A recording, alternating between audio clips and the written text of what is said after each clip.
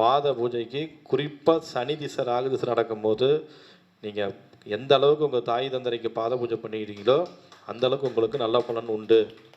யார் காலையும் நீங்கள் பிடிக்க வேண்டாம், உங்கள் தாய் தந்தை காலை பிடிக்கலாம். அதை தாண்டி உங்களுக்கு மனசில் விருப்பம் இருந்தால், உங்களுடைய உள் உணர்வு சொன்னால், 3ஆம் மணி உங்கள் குருநாதருக்கு பாத பூஜை பண்ணலாம். நல்ல குருமார்களுக்கு பாத பூஜை பண்ணலாம், அது உள் உணர்வு சொன்னால். மற்றபடி என்ன செய்யணுங்க, தாய் தந்தைக்கு தான் அந்த பவர் இருக்குது. இதை கரெக்டாக ஃபாலோ பண்ணுறவங்க யாருங்கன்னா மார்வாடிஸ் மட்டும்தான். அவங்க மட்டும் என்ன பண்ணுறாங்க, கரெக்டாக பாத பூஜை பண்ணுவாங்க. சில நேரங்களில் பெண்களுக்கு ஆண்கள் பாத பூஜை பண்ணிகிட்டு இருக்காங்க, மனைவிக்கு கணவன் பாத பூஜை பண்ணுறாங்க. நான் கேள்விப்பட்டிருக்கேன், சில இடத்துல கேட்டு இருக்கேன். அப்போ என்ன ஆகுது, அவங்களுக்குள்ள டிரான்ஸ்லேஷன் ஆயிரும்.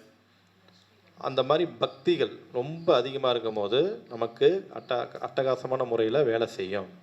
புரிஞ்சுட்டிங்களா? தாந்திரிக பரிகாரம்னா என்ன, சும்மா கிடையாது. நீங்கள் தாந்திரிக பரிகாரம் எதையோ பண்ணிகிட்டு இருக்கக்கூடாது. செஞ்சால் குறி வச்சா விழணுங்கிற மாதிரி தான்.